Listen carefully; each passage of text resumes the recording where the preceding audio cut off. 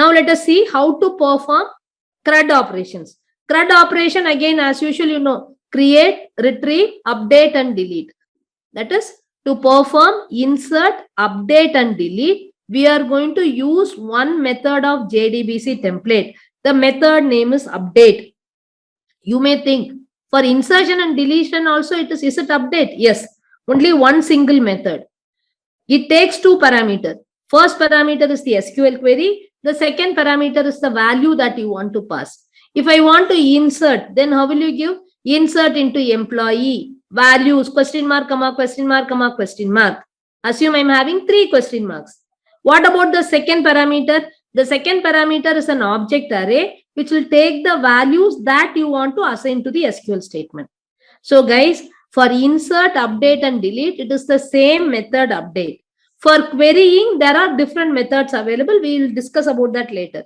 Now see here, insert into table, name, customer ID, age, city, 4 question marks. For the 4 question marks, we are creating it in the form of an array and we are passing it over here. Right? Okay. So more than discussing here theoretically, let us start doing it. Shall we proceed? Spring-rental app-JDBC. We will have it as rental property only. So let us start. Go to File, New, Spring Starter Project, Spring-rental app-JDBC. Type is Maven. Packaging is Java. Java version 11. Language is Java. Group ID is com.rentalapp.dist. This is a standalone application. The root package name is com.rentalapp.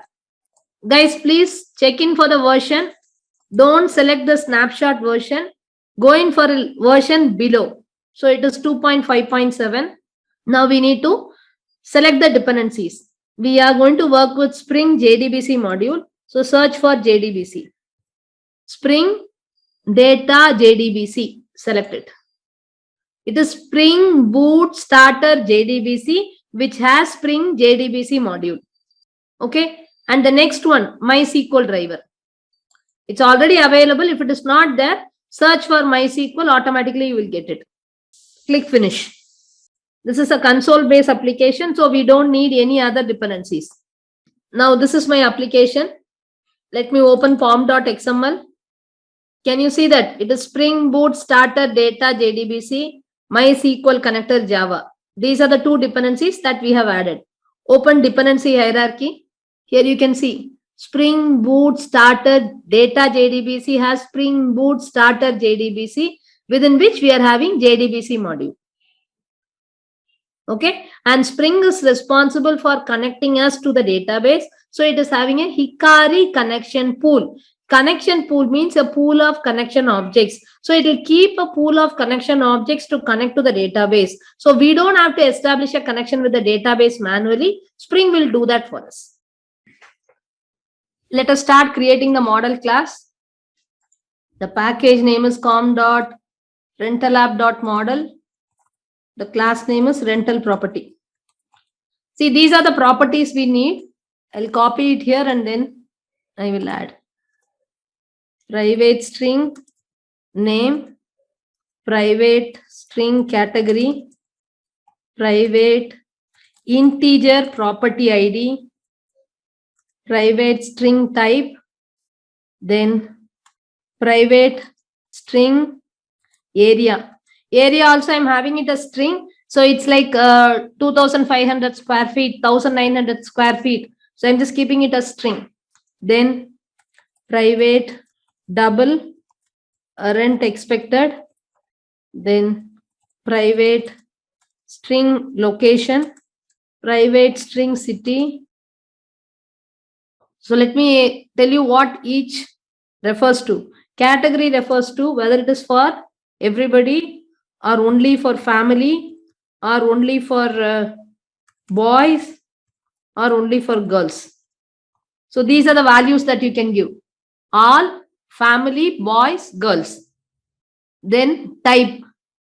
Type whether it is an apartment or independent house. Then number of bedrooms. This you can just, if you are giving it a string, then you have to give it as 2 BHK. 3 BHK. Area square feet, like say, like 1900 square feet. Then rent expected, location, city, security deposit, you all know that. Okay. We are working with JDBC. So we need a property ID also, a primary key that I have given. Now let us create a default constructor, a parameterized constructor. The purpose of creating a parameterized constructor is, in technically, when you call this application from the front end, you are going to fill a form. It will come to this particular class, and then the values has to be fetched and it has to be given to the front end. But now we don't have a front end. We are working in a console based application. Rather than calling the setter methods again and again, if I'm having a parameterized constructor, it will make my work easier. So for learning purpose, we are using a parameterized constructor. Because I'm using a parameterized constructor, I should have a default constructor also. In case if Spring is trying to create an object of rental property, and if there is no default constructor, it will throw an exception. To avoid that, we are having that. Okay, so go to source, generate constructor from superclass, go to source, generate constructor using fields, then go to source, generate getter setter methods, generate toString. Now we'll move on to the service layer. Select com.rental app, right click, new interface, rental app.service, rental property service. See, what is your domain model? With that only, you please name your interface. Okay, if your domain model is book, I book service. If your domain model is product, I product service. Your domain model here is rental property, so I rental property service.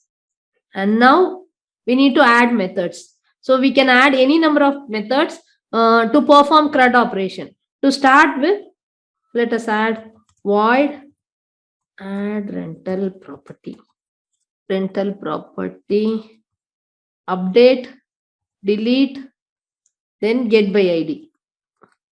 So here for updating, there are so many properties to be updated. So as of now, to make my work easier, I'm going to update only the expected rent. Correct? Expected rent. Rent expected. So that alone I'm going to update. Guys, when you are working with data JPA, you can update everything. But in this case, if you want to update, you have to give all the properties. Again, it is a hectic one. So I'm just leaving it to a smaller version. So property ID, comma, double, expected rent. Update. Delete rental property, int property ID. Then get by ID, which has to return one rental property. Again, here also you can throw the exception. Throws property not found exception.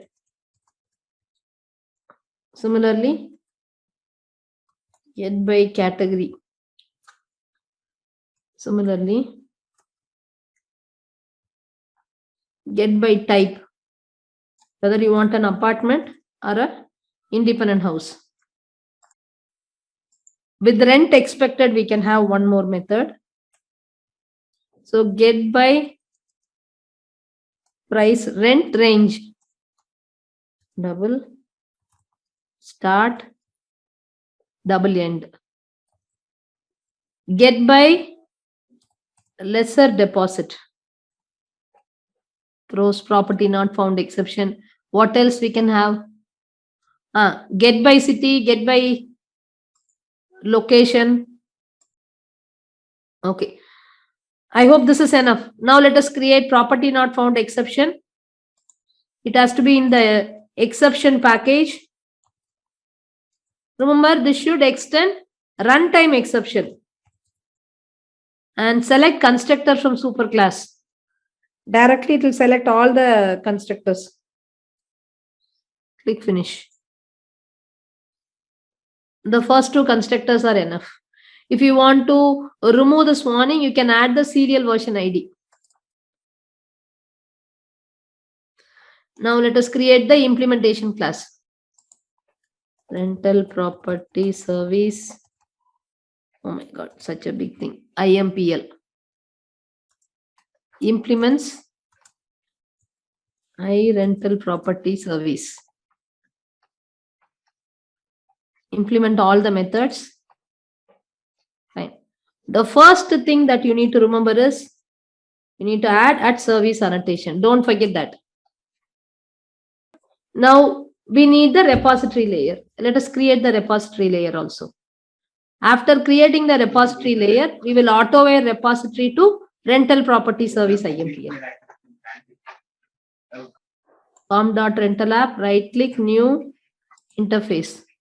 The package name is com.rentalapp.repository. You can give it as DAO also, you can give it as repository also. But in the future projects where we will be using data JPA, it is a better choice to use repository.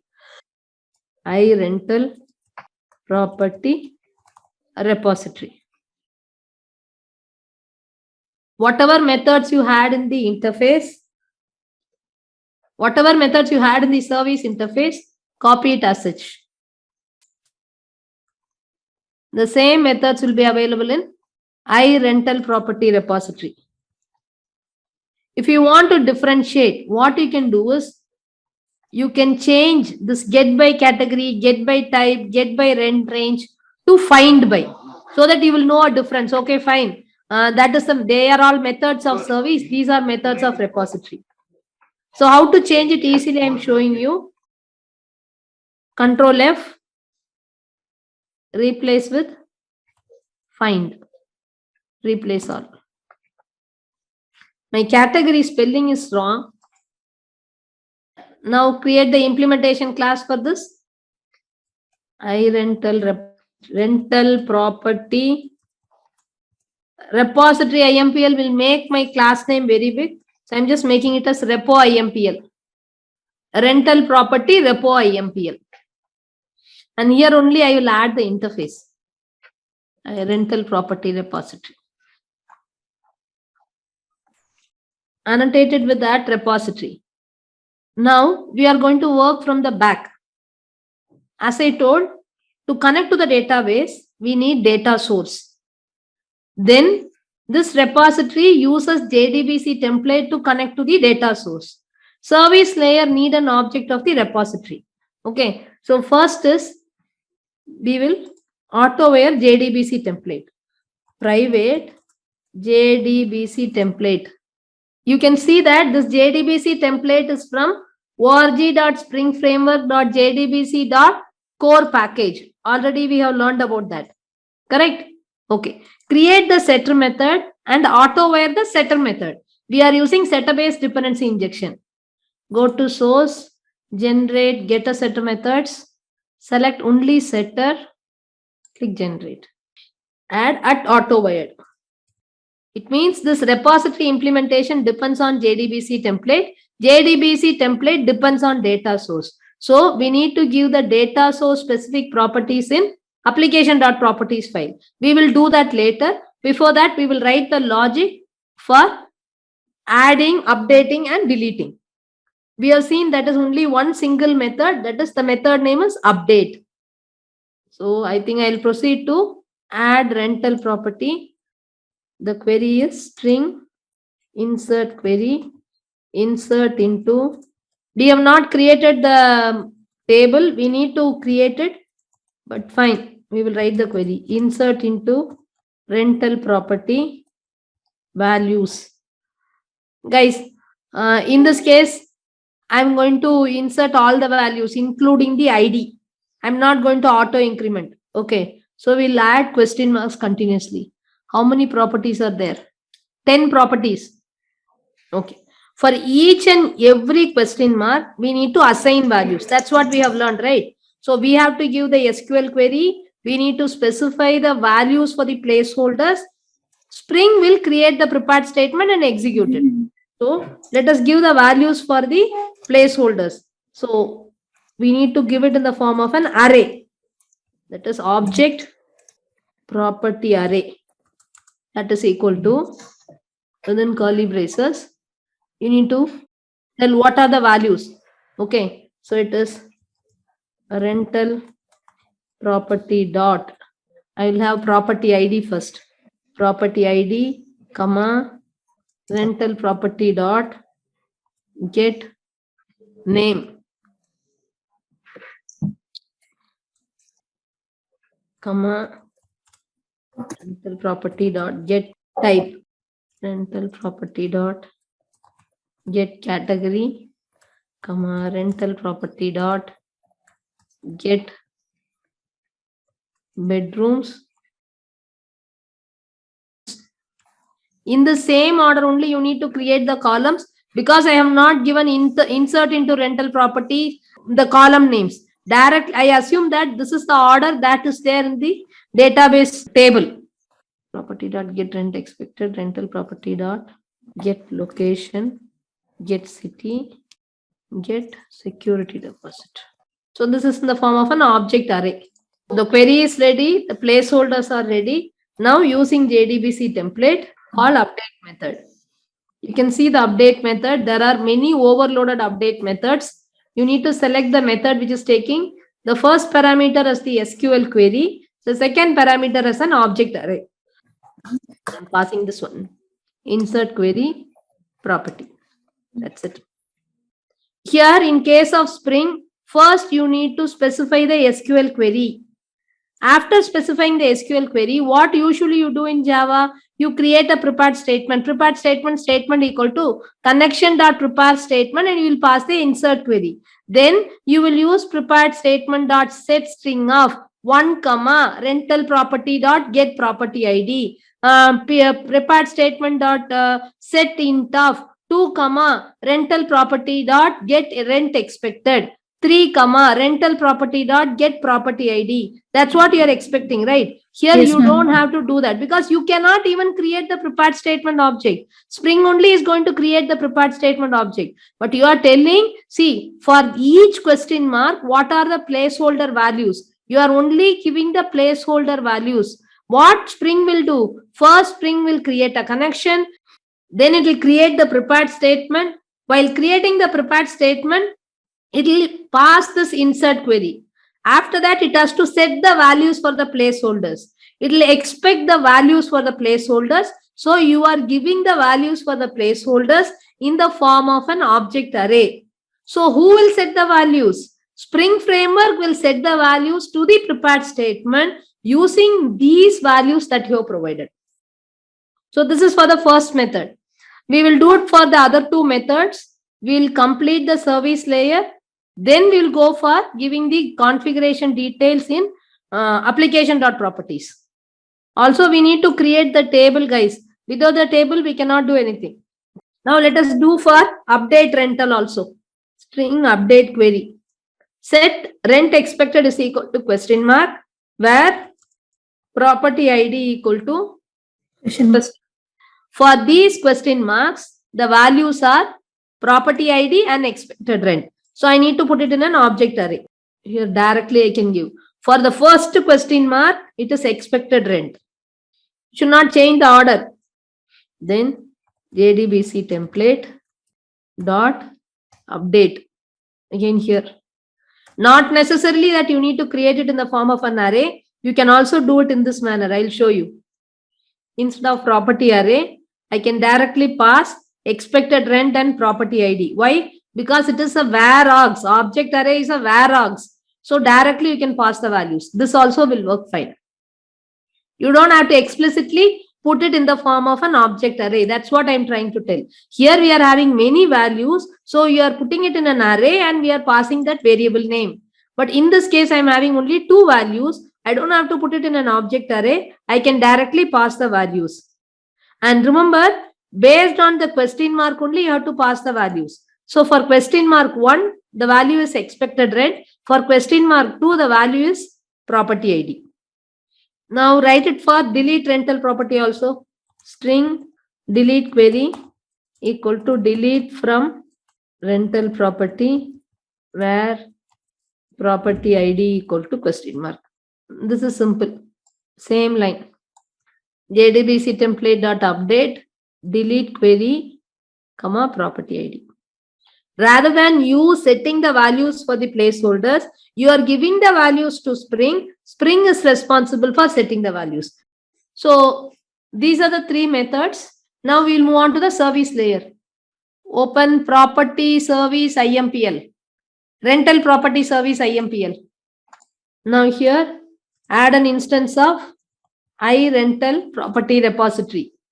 Rental property repo. Create the setter method, annotated with that auto-wired. Call the methods of rental property repository. Rental property repo dot add rental property. Rental property repo dot update rental property by passing the property ID and expected rent. Rental property repo dot delete rental property by passing the property ID. Now open application.properties file. So search for spring-data source, spring.datasource.driver class name, then spring.datasource.url, datasource.username and password. We don't need the class name also. We need only the URL, username and password. Username and password is root. We are using MySQL, so it is root. What about the URL? JDBC://localhost:3306. Okay, I'm creating a new database, Spring Training. So the backend is completely done. We have completed the service layer, service connecting to the repository connecting to JDBC template, JDBC template connecting to the data source. Now we need a table. So let us create the table. Use Spring Training, create table, rental property. You may be wondering why I am having the same table name as that of the class name. Guys, in JDBC, you can have any table name and any class name. But once when you are moving on to data JPA, the tables and all will be created automatically with similar to that of the class name. So just to get an understanding of how things are working, I have given it like this. We need to match this, right? Create table rental property. First one is property ID.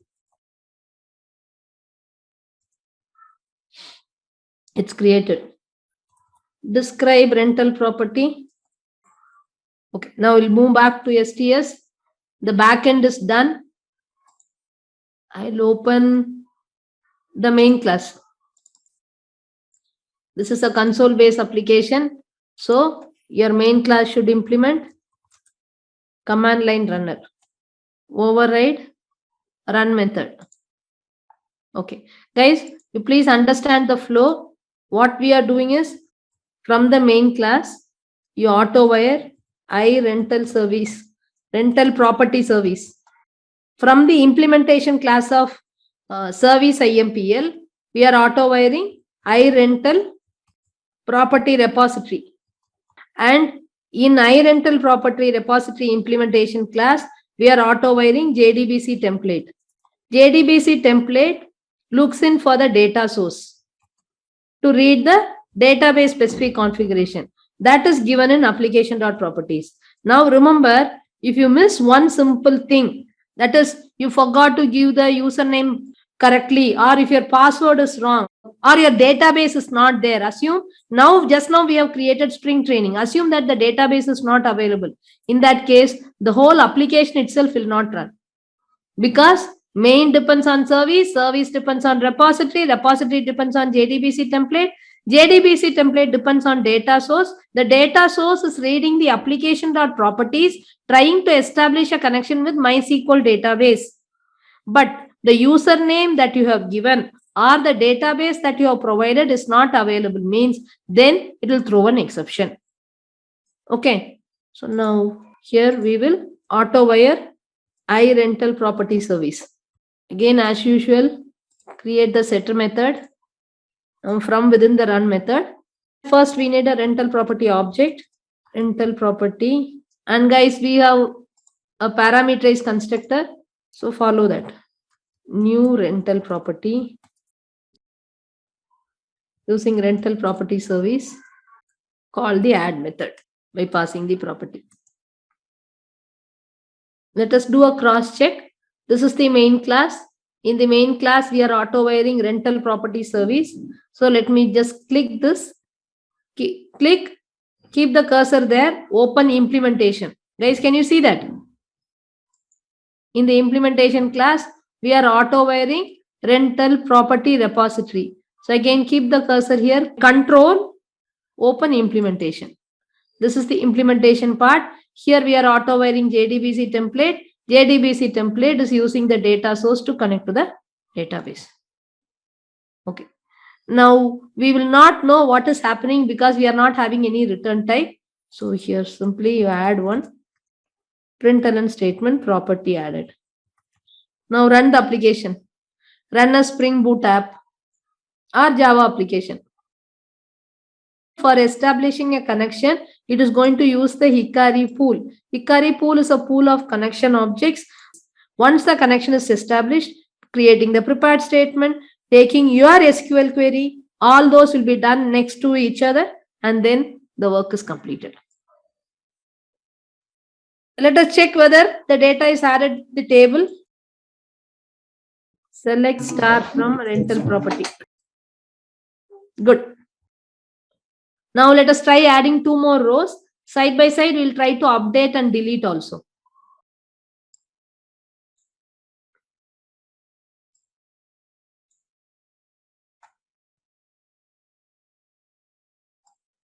Okay, guys. Now I have got few entries. Let us try with update query. Okay.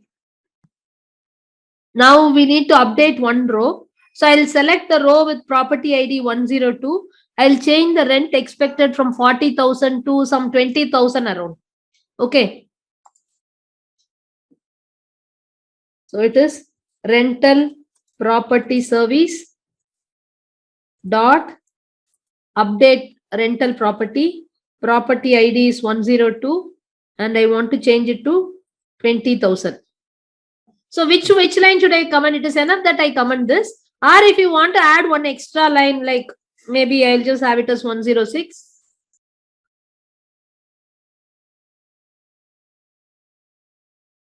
Let me save it and I will run it. We have not given any println statements. So let me go to MySQL database and check. The last one is getting added and the row with 102 ID, it is changed to 20,000. Right? Similarly, you can try deleting one. I will try to delete the row with the ID 103. And now this time I'm commenting add rental property, update rental property, and rental property service dot delete rental property 103.